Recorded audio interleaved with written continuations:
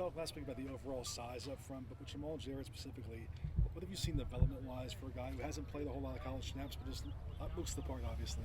Yeah, I think there's, we've been really pleased with the effort that he plays with, the intensity. There's a lot of intensity on the practice field, and he trained that way this winter.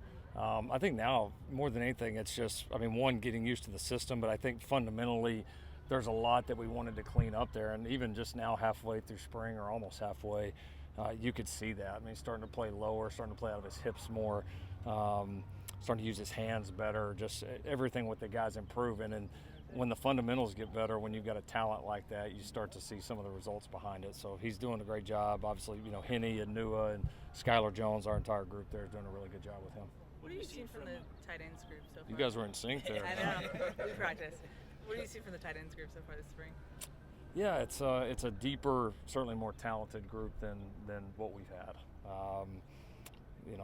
They've with a couple of the receivers being down right now, have had a pretty active role in terms of just how much we've used them this spring, which has been great. They've had a lot of opportunities to make plays, and are doing a nice job of it. So yeah, it's just you feel their presence probably more on the practice field than you ever have because of numbers and how we're using them and plays that they're making. So I think we've got some really good competitive depth. We've got some good position battles going on in there.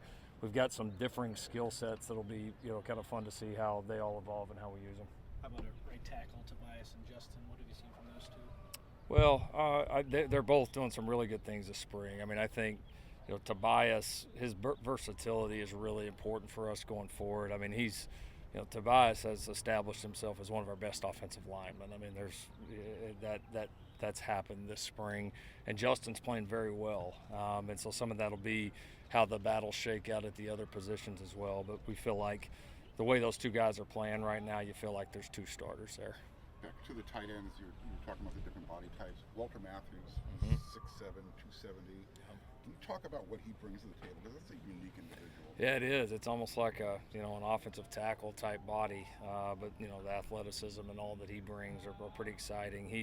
He improved a lot throughout kind of last year with that redshirt year. He's learned a lot.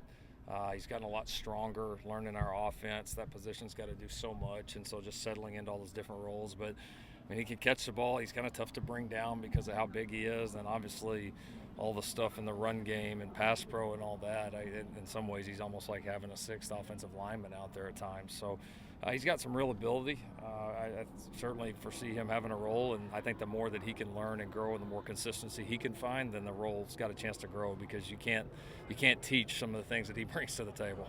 Coach, on the theme of tight ends today, Coach Savage, how's it been like working with him in his first year here? He's done a great job. He has. He's that's not an easy position to come in here and coach. Both working with our inside receivers and our tight ends, and he's acclimated to the staff well. He and Coach Simmons are working really well together. That group, along with Spencer Jones, has done a really good job helping bring those guys along because there's definitely some crossover. And there's times where Coach Savage is coaching outside guys and times where Coach Simmons is coaching inside guys, or we're all coaching tight ends. It kind of, the way we do it, there's a lot of carryover there. And so he's meshed well. He's a good recruiter that's got great connections and great relationships in this area, which is obviously very, very important to us. And, he's brought a lot of energy and a lot of expertise to the group. With the director of analytics being announced last week, what role will that hire play? How will that help the program? Yeah, that one's going to be a little bit more involved in the personnel kind of roster management recruiting side. We have some folks that do some work for us analytics wise in terms of football and game analytics and opponent opponent studies and kind of all of that, which are pretty mainstream right now in college football. But this was part of the vision when Chad and I first talked about him coming there, of continuing to build out that piece of it, because there's certainly an analytical piece and viewpoint that you can gain when you're constructing a roster. And so having the people that can help execute that vision are important, and this was another big step in that direction. You're halfway through spring camp, essentially. Less questions, more questions? Yeah, probably. Les, we're moving in a good direction. The team's progressing. We're starting to add some situational work, which is a little bit later than what we've typically done, just because we're not trying to hustle along for a scrimmage to get in before the spring game. All of that has shifted, where it's allowed us to maybe go even a little bit more patiently through the installs. So we're starting to get in some situational work. We're starting to get in some move the ball, where it kind of feels more like real football instead of just scripted first downs or second downs. So we'll continue to learn more there. But that team's progressing, and so far it's been a very solid first half of camp. We have a transfer portal window coming up. Are you able to share any thoughts on positions or spots that you need to fill? Yeah, still, certainly some of it still remains to be seen. I think there's some of the, obvious positions, that we're a little bit thin that we may look at. Linebacker is one of those that we may look at. Certainly kind of depending on how spring plays out and some of these other position battles and all that, that'll determine the most. But I don't think it'll be a huge I don't think we'll be like incredibly active during that. My gut is we'll end up having, a handful of positions that we're going to look at it. And if we feel like somebody fits, then we may pursue them. But maybe a little bit different than other years. I don't feel like sitting out here that we're missing a whole lot. Just got to keep developing what we have and then make sure that we've got enough depth to make the run that we expect to make. What did it mean to get Carlos back? And then it seems like the whole team's kind of embraced his son this last year. Has that been unique for you? And how did you kind of reach a comfort level with him being around so much?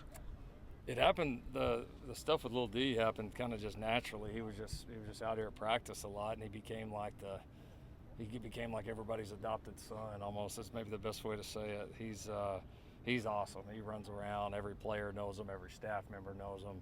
He was at a lot of our Thursday practices last year, and so we've got a chance to be around, kind of watch him grow up, and he's great. Everybody loves him. Everybody knows him. Like, he comes in, every player knows his name. He's just kind of one of the guys now. So that's definitely a bonus in getting DeCarlos back. Glad that it worked out. He brought a lot to our team last year in terms of he made some big plays for us, but then also just he's got a great demeanor, vibe, kind of energy about him that's infectious. And so to get that back, and I think for him a chance to grow, get a second year in the defense, continue to develop under Coach Lynn and Coach Belk and Coach Reed, it just made all the sense in the world. So it was a win-win, and Lil D certainly was a great bonus to have him around for a little bit longer. Let's do one more. What have you seen from guys who have an opportunity to play this year, like a Christian Pierce, a Braylon Shelby playing a bigger role? Just guys, who's impressed you out of that? Yeah, Pierce has been really good. He's been really good, which we weren't shocked. He played more special teams reps last year than any player on the team. Just you could tell we're starting to settle in defensively kind of there at the end. So we expected it, and I think that's happening right now. Yeah, Shelby's done a nice job. Zoe Cowan has had a really nice spring camp up to this point. One of the guys, along with Tobias, that we actually pointed out to the team in the team meeting yesterday is two guys that are just, you kind of feel really taking a jump right now. So I've been real proud of their development. There's a lot.